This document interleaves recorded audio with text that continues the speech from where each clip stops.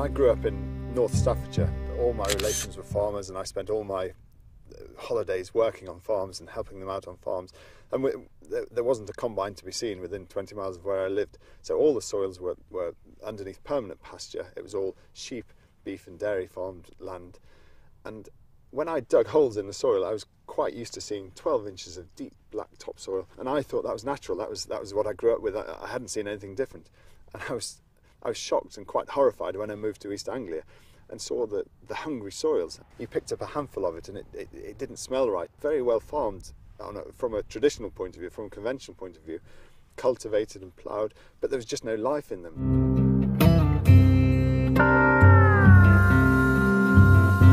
Here in North Hertfordshire, which is very typical of a lot of East Anglia, it's cultivated land, it's often plough-based cultivations, so the soils are turned over each year. We have a typical example behind me of land that has been ploughed, it's been cultivated, it's been planted with winter wheat in this case, and it will grow through the winter and through the spring to be harvested next summer before it's then planted again. So it's monoculture farming and it's a continual process. A typical rotation would be on a 4-year basis, so we'd grow 2 crops of wheat, a crop of oilseed rape and a break crop, beans or oats. Every 4 years that cycle would be repeated, and it's all plough based. It's high inputs, lots of artificial fertiliser, lots of agrochemicals required to control the weeds and to control the insects and control the fungal diseases. There are quite a few flaws with the system. I mean, the biggest one in my eyes is that soil is a finite resource, and the very process of cultivating it as we do, it's breaking down the structure of the soil. We're not encouraging any biological activity in the soil. We're actually starving the biology, both physically starving it of food, and we're also breaking up the structure of the soil, so we're ruining the habitat of the biology as well. I'm talking about things like earthworms, invertebrates, right down to bacterial and fungal level. And the problem is that once we start to disrupt this biology, and it starts to die out and reduce in the actual population numbers reduce, we then lose all the benefits that the biology brings. So we start to lose things like glomalins and glues that actually hold the soil structure together and actually start to form the soil structure. So once we start to lose the glomalins, we then have problems with water logging and ponding on the surface. We have anaerobic soils, we have a lack of fertility, and we suddenly have a more and more sterile soil, which requires more and more artificial inputs to feed the crop growing there. And we're in a downward cycle, really, and that to me is the biggest problem that we're facing as farmers. I don't think we'll ever beat nature. We have to actually work hand in hand with nature rather than fight it.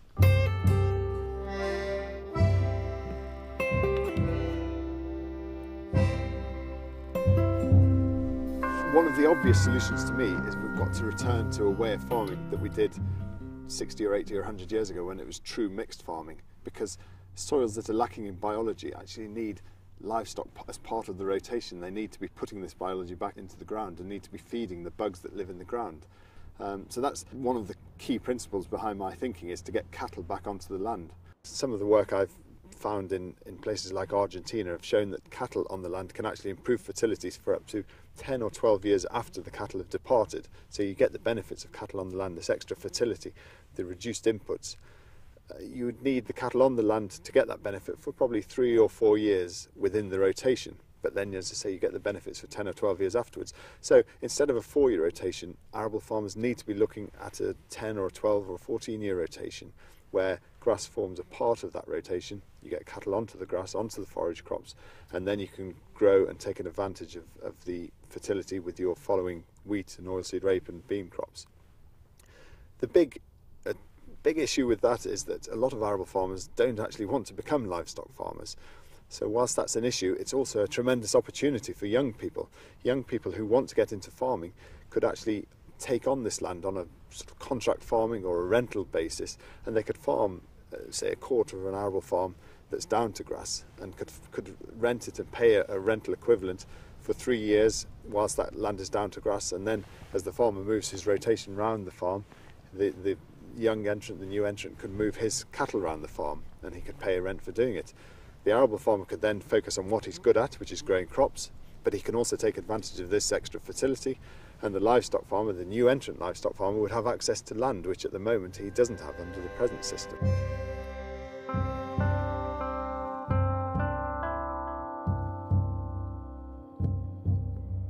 My The second strand of my repair kit for soil, if you like, is the short duration, high density grazing. Mob grazing, and you basically bunch the cattle up and move them very frequently. Really, it's a way of emulating nature. I mean, if you think about the grass plants of the world, they evolved in conjunction with the huge herds of bison or aurochs in Europe or wildebeest in Africa. It's the huge herds, and they could number in millions. They would form tight packs, so they would mob together naturally, and they would be constantly on the move, constantly moving to new pastures. So grasses have evolved under that kind of regime. They had this heavy amount of trampling and heavy amount of grazing, but then the herds would be gone and the grasses could recover over many months. Now, if you start to introduce mob grazing, so you use electric fences, you mob the cattle together naturally, and they actually instinctively like to graze like that, and they're then moved very frequently onto new pasture. Then we move them to replicate the constant movement of these great herds of yesteryear. Another key feature of mob grazing is that you let the plants grow to a lot larger size, so you give them longer recovery periods. So instead of your traditional 21 or 28 day grazing rotation, where the cattle come back to the same bit of pasture every 28 days, say, under mob grazing it could be anything 60, 80 or 100 days, a really long recovery time. The beauty of that is that you get a huge amount of forage growing above ground. The grass plant or the forage plant has time to complete its life cycle, so you get seed heads and you get long stalks and you get lots of leaf, and you also get below ground the amount of forage is mimicked in the root length. So instead of on the short roots you get under a very quick rotation, the roots have time to develop, so you've got huge amounts of organic matter both above and below the soil. Now, this organic matter is effectively captured sunlight. The plants photosynthesize. They take the sunlight and convert it into carbohydrate, and they store it in their plant cells. And if you then feed some of that carbohydrate to your animals, the animals start to thrive on it. You also, with the trampling effect, you're laying some of the carbohydrate onto the surface of the soil, and you're also, because you're shortening the plant, the actual roots on the plant itself prunes. It can't sustain the whole root mass. So again, there's a huge amount of organic matter shed into the soil, and all of this energy that's pumped into the soil is feeding the soil life.